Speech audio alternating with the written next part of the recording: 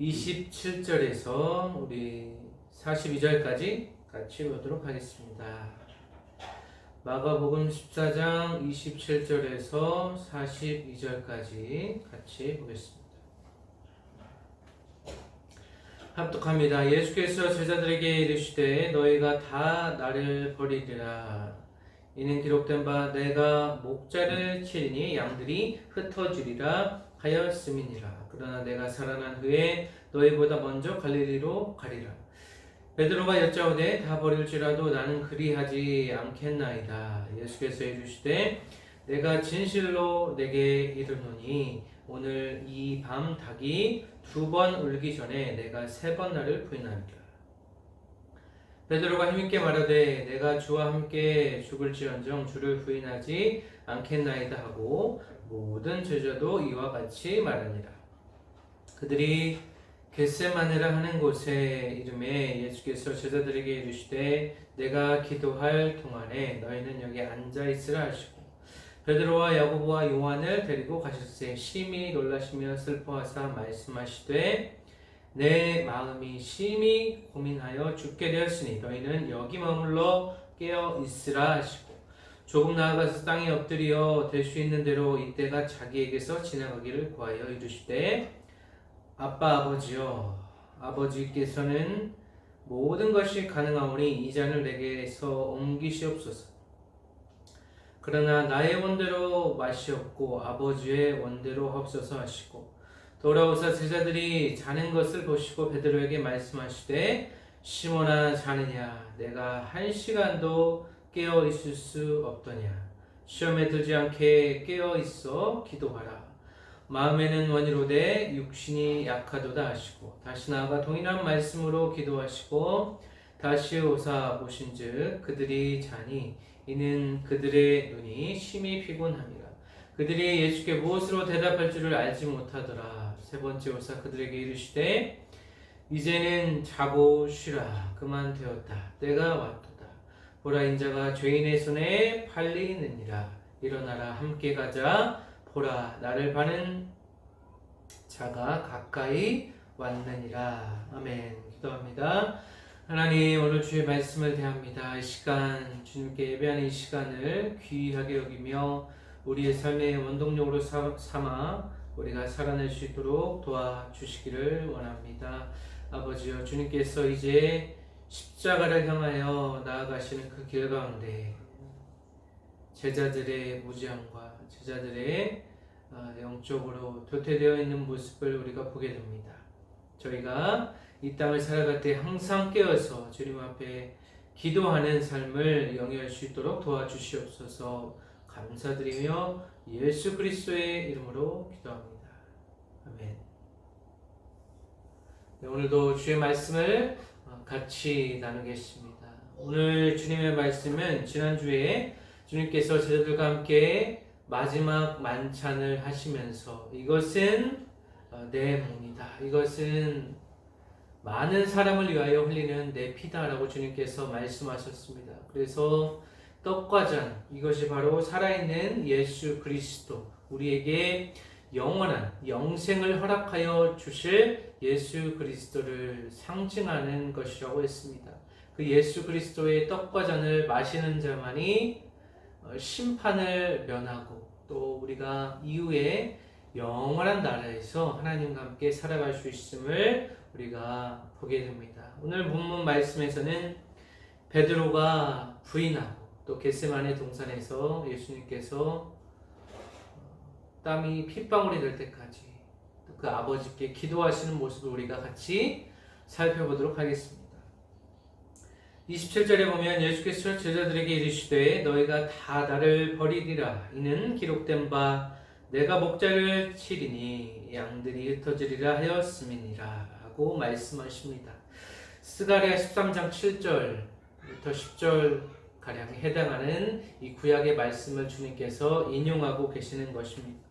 그래서 예수님께서는 제자들이 자신을 다 버릴 것을 알고 계셨고 그럼에도 불구하고 3년여 가량의 이 사역에 그들을 동참하시고 그들이 깨닫고 그들이 영적 무지에서 해방되어서 영원한 하나님 나라를 소망하며 주님의 제자로 반듯하게 살아낼 것을 기대하며 주님께서 걸어오셨지만 결국에는 예수님을 부인하는 그 자리에 나아가기까지 이 제자들은 아직도 눈이 어둡고 귀가 어두우며 예수님의 그 진리의 말씀을 깨닫지 못한 것을 우리가 알게 됩니다. 그래서 주님께서 하나님께서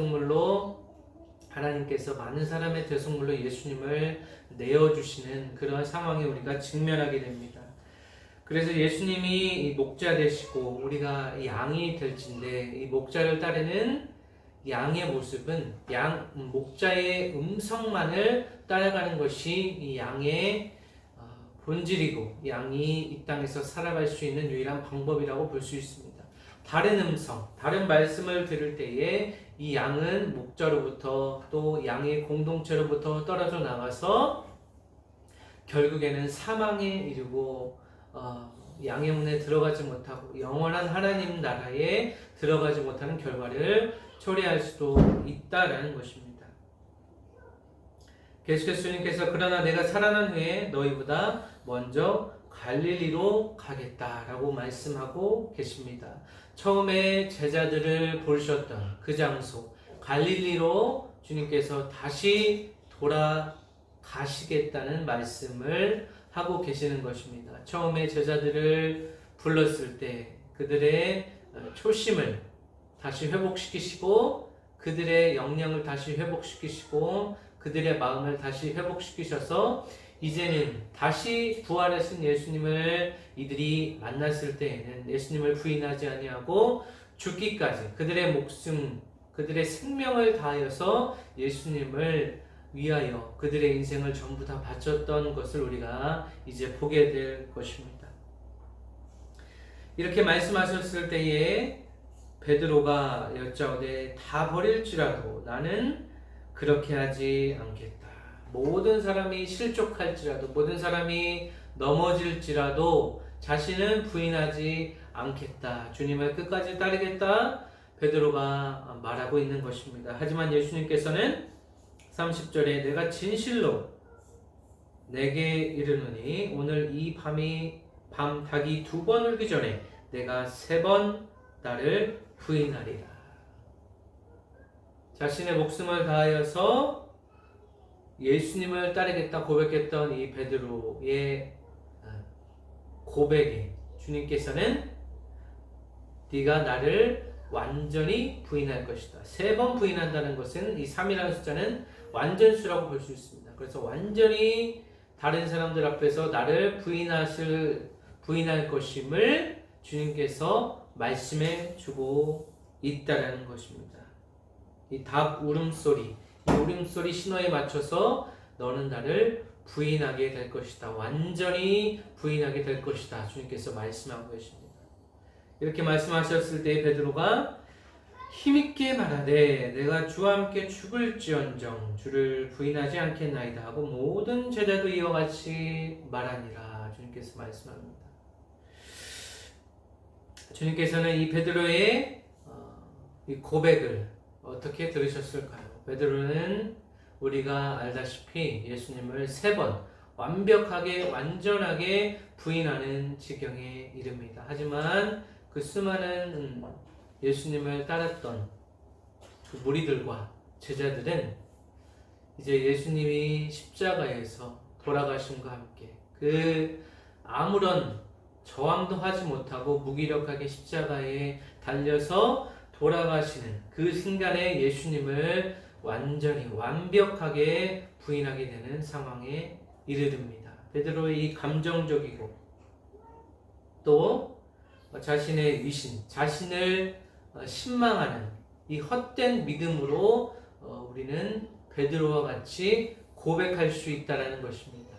이와 같은 제자들과 같은 상황에 우리가 놓여 있을 때에 예수님을 정말로 부인하지 않을 수 있겠느냐. 총칼을 우리 앞에 들이댔을 때에 우리가 끝까지 예수님을 부인하지 않고 그 예수님을 위해서 우리의 목숨을 기꺼이 내놓을 수 있겠는가. 이것은 참 힘든 일입니다. 계속해서 이제 32절에 그들이 겟세마네를 하는 곳에 이름에 예수께서 제자들에게 이르시되 내가 기도할 동안에 너희는 여기 앉아 있으라 하시고 주님께서 말씀하십니다. 겟세마네라는 곳은 히브리적 그 지명의 용어로는 어떠한 의미를 가지고 있냐면 올리브 압착 틀이라는 의미를 가지고 있습니다. 올리브를 짜내는 것이죠. 그만큼 이 겟세마네라는 곳은 예수님께서 자신의 모든 것을 쥐어 짜내어서 하나님께 고백하는 내용을 담고 있습니다. 그 예수님의 연약한 어찌 보면 우리와 같은 성정, 우리와 같은 인성의 인간의 연약한 모습을 우리가 겟세마네 동산에서 볼 수가 있습니다. 그러면서 주님께서 이제 기도할 것이니 너희는 나를 위하여 기도해 줬으면 좋겠다. 예수님께서 중보를 지금 요청하고 계십니다. 이때 베드로, 야고보, 요한, 예수님의 가장 최측근이라고 볼 수 있는 이 세 사람과 함께 주님께서 오르시게 됩니다. 하지만 예수님께서 33절에 보면 심히 놀라시며 슬퍼하사 말씀하시되 내 마음이 심히 고민하여 죽게 되었으니 너희는 여기 머물러 깨어 있으라 하시고 라고 말씀하십니다. 그래서 깨어 기도하며 깨어 있음과 동시에 기도하면서 예수님을 위하여서 기도하기를 원하셨는데 이들은 그렇게 하지 못했습니다. 예수님께서 우주적인 짐을 지시고 많은 사람의 대속문이라는 그 짐을 지시고 지금 이 동산에 올라 하나님 아버지께 기도하시는 모습입니다. 그래서 예수님의 마음이 심히 고민하여 죽게 되었다. 그래서 예수님을 짓누르는 이 고통, 이 극심한 고통이 얼마나 심하였는가 우리가 보게 됩니다. 그런 후에 35절에 조금 나아가서 땅에 엎드려 될 수 있는 대로 이때가 자기에게서 지나가기를 구하여 주님께서 말씀하십니다. 그 수많은 기적과 이적과 표사 또 그 표적과 치유의 역사를 일으키셨던 그 권위 있는 말씀으로 좌중을 사로잡으시고 대중들을 사로잡으시고 치유하셨던 그 권위 있는 예수 그리스도께서 자신의 죽음 앞에서 지금 하나님 앞에 온전히 순종하여서 하나님의 뜻을 묻고 그 뜻대로 행하고자 하는 모습이 나타나 있습니다. 그래서 예수님께서 땅에 엎드리셨다는 것은 자신의 모든 것을 하나님의 현현 앞에 하나님의 영광 앞에 납작 엎드려서 겸손 중에 겸손을 주님께서 보여주셨다는 것입니다. 그래서 이때라는 것은 이제 십자가 죽음의 때, 심판의 때라고 우리가 볼 수가 있습니다. 그래서 예수님의 사역이라는 것은 이 심판의 때, 십자가의 자리, 그 영광의 자리, 그리고 부활의 자리에 이르기 위해서 예수님께서 이제껏 제자들과 함께 이 사역의 길을 걸어 오셨던 것입니다. 그러면서 36절에 아빠 아버지여 아버지께는 모든 것이 가능하오니 이 잔을 내게서 옮기시옵소서. 그러나 나의 원대로 마시옵고 아버지의 원대로 하옵소서 하시고 주님께서 하나님 아버지와 친밀한 관계, 그 어떤 관계보다 친밀한 관계를 맺으며 아빠라고 고백하면서 또 아버지라고 고백하면서 이 잔을 내게서 떠나게, 내게서 멀어지게 하옵소서라고 고백했지만 여기서 중요한 말씀은 무엇이냐면 우리가 익히 알고 너무나도 유명한 이 말씀, 나의 원대로 마옵시고 아버지의 원대로 하옵소서. 바로 이 아버지의 원대로 하옵소서. 이것이 바로 우리 크리스찬의 인생의 목적이며 방향이며 가치관이 되어야 될 것입니다. 내가 이루고자 하는, 내가 가지고 싶은, 소유하고 싶은 이 수많은 욕망과 하나님의 욕망, 하나님의 뜻이 있다는 것입니다. 그래서 이 육체의 정욕과 또 성령의 소욕이 끊임없이 우리 삶에서 부딪히고 있다는 것이죠. 하나님의 방향과 우리 육신의 방향이 서로 부딪히며 싸우며 우리를 괴롭힌다는 것이죠. 하지만 진정 아버지의 원대로 살아갈 때에 이 육신의 욕망을 우리는 극복할 수 있고, 우리는 이 욕망을 차단시킬 수 있고, 이 욕망을 딛고 일어서서 아버지의 뜻대로, 하나님 그 아버지의 뜻대로 우리가 살아갈 수 있다는 것입니다.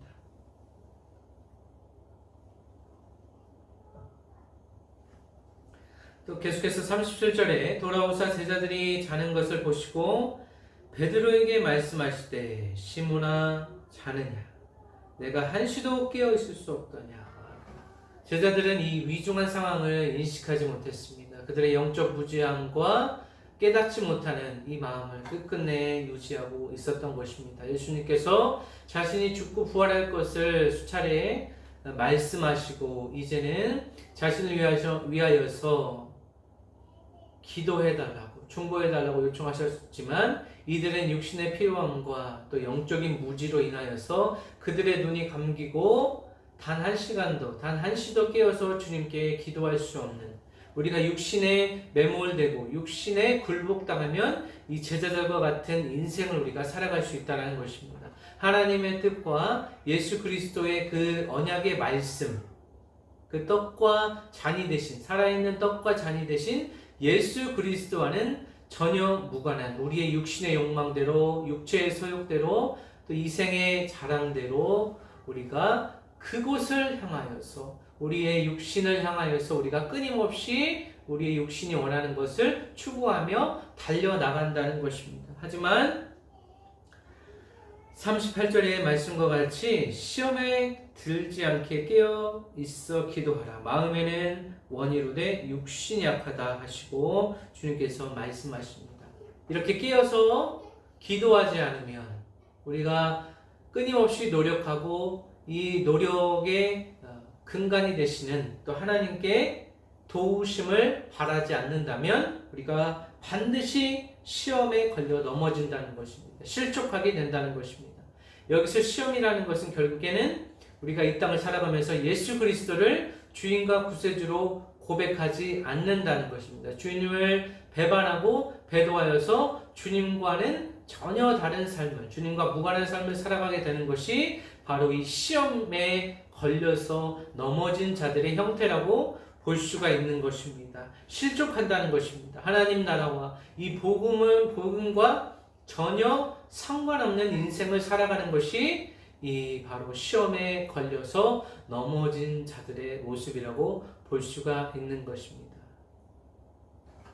바로 믿는 자가 이에 해당할 수 있고 또 아직 예수님을 믿지 못하는 자들, 그들은 두말할 나위가 없습니다. 39절에 보면 다시 나아가 동일한 말씀으로 기도하시고 다시 오사 보신즉 그들이 자니 이는 그들의 눈이 심히 피곤하니라. 그들이 예수께 무엇으로 대답할 줄을 알지 못하더라. 이 말씀은 마치 마지막 날에 예수님께서 다시 오실 때 우리가 신부로, 거룩한 신부로 준비되지 못했을 때 주님 앞에 말할 수 있는 것이 아무것도 없다라는 것입니다. 제자들도 민망한 상황이 지금 벌어지는 것이죠. 예수께 무엇으로 대답할 줄을 알지 못했다. 이러한 상황에 처해 있지 않도록 우리는 끊임없이 깨어서 기도하며 그날을 사모하며 이 땅에서는 주님의 약속을 단단히 붙잡고 살아가야 될 줄로 믿습니다. 그래서 깨어있지 못하고 기도하고 있지 못하는 자들에게, 이 자들에게는 예수님께서 다시 오실 때 아무런 할 말이 없다라는 것이죠. 주님 앞에 주님과 대화할 수 있는 아무런 요소가 없다라는 것이죠. 주님과 함께 이 땅에서 걸어갔을 때에, 주님과 동행하며 살아가며 그 약속의 말씀을 성취하며 살아갈 때에, 그때에 그 주님과 함께 나눌 수 있는 그 경험이 전무하다는 것입니다. 이 전무한 경험은 우리의 삶을 끊임없이 피폐하고 절망의 나락으로, 아무런 소망이 없는 삶을 살아가게 된다는 것입니다. 그래서 그들의 눈이 심히 피곤하다는 것은 육체적인 피곤함으로 인하여서 눈이 피곤할 수도 있지만 그보다는 오히려 본질적으로는 영적으로 그들이 어두워져 있고 어둠 가운데 살아가고 있고 지금 예수님께서 자신의 주인 되신 구세주 되시는 예수님이 어떠한 상황에 처해 있는지를 전혀 인식하지 못하고 살아갈 때에 이와 같은 모습이 우리의 삶 가운데서 나타날 수 있다는 것입니다. 예수님의 삶과 예수님의 그 말씀과는 전혀 다른, 전혀 상관없는 모습으로 우리가 이 땅에서 살아갈 수 있다는 것입니다. 이렇게 살아가다 보면 예수님 앞에서, 예수님이 다시 오실 때에 우리가 예수님 앞에서 할 말이 아무것도 없게 되는 것이죠.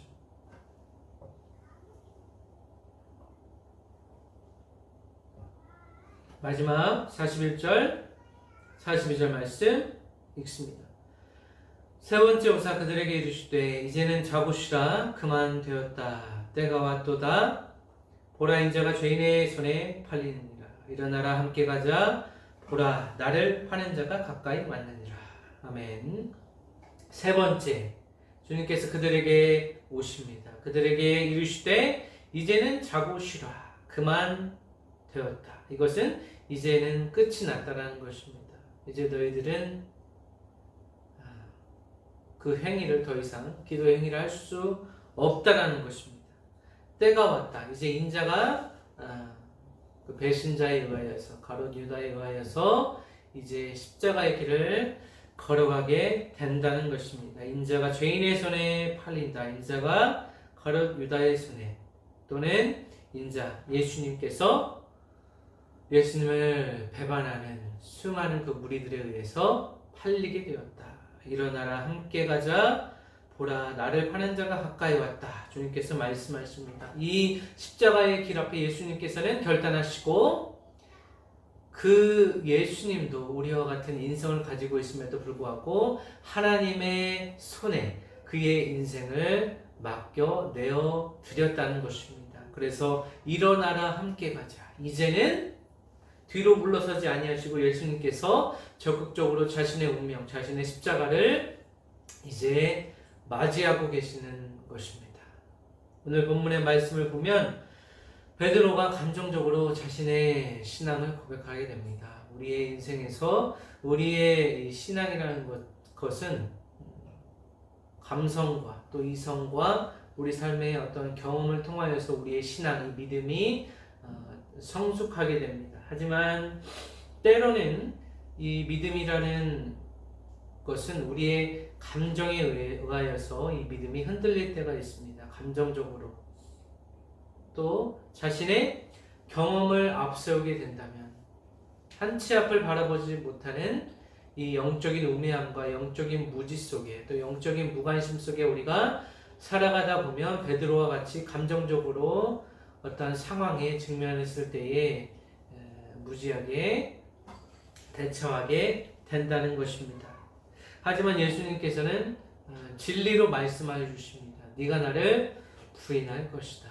네가 나를 부인할 것이다. 이것이 우리 인생에 들려진다면 이것이 가장 비극적인, 가장 비참하고 비극적인 인생이 아닐까 싶습니다. 우리가 이제 예수님을 지금은 믿는데 전혀 어려움이 없지만 예수님을 부인하게 되는 그러한 상황을 우리가 직면하게 됐을 때 우리가 우리의 목숨을 내놓고 우리의 가족이 위협을 받았을 때에 우리가 가족보다 예수님을 더 우선시하여서 우리의 목숨을 내놓을 수 있을 것인가? 이것은 정말 어려운 문제입니다. 하지만 그날 예수님을 우리가 부인할 수밖에 없는 그러한 상황이 올지라도 우리의 믿음이 더욱더 지금보다는 성장하여서 예수님의 거룩한 신부로 준비되어서 어떠한 상황이 우리에게 닥칠지라도 예수님을 부인하지 않고 배도하지 않고